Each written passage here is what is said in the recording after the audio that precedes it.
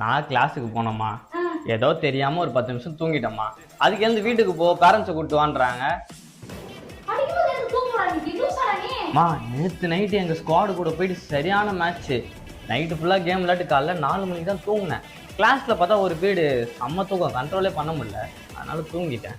சரி, அதுக்கு எக்ஸ்கியூஸ் அது கொடுக்கலாம்ல. அதெல்லாம் இல்லை, ஒன்று பேரண்ட்ஸ் கூப்பிட்டு வரணும், அப்படி இல்லைனா காலேஜுக்கே வராதுன்ட்டாங்க. சரி, நான் காலேஜுக்கே வரலன்னு சொல்லி கிளம்பி வீட்டுக்கு வந்தேன்.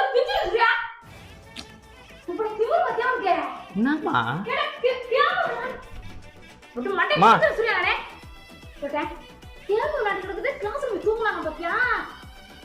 நைட்டு விளையாடுனதே நான் ஏதோ தெரியாம காலைல தூங்கிட்டேன். அதுக்கு என்னம்மா பண்றது?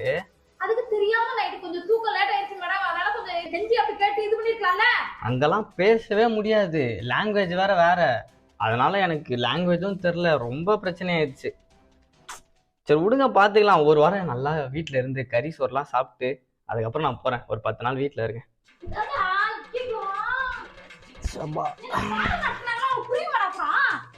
மா அதான் புக்ஸ் எல்லாம் கொடுப்பாங்கல்லம்மா, படிச்சுக்கலாமா?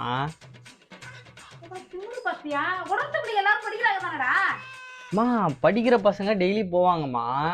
எனக்கு டெய்லி போனாலும் படிப்பே ஏற மாட்டேங்குது மண்டையில. நான் என்ன பண்றது?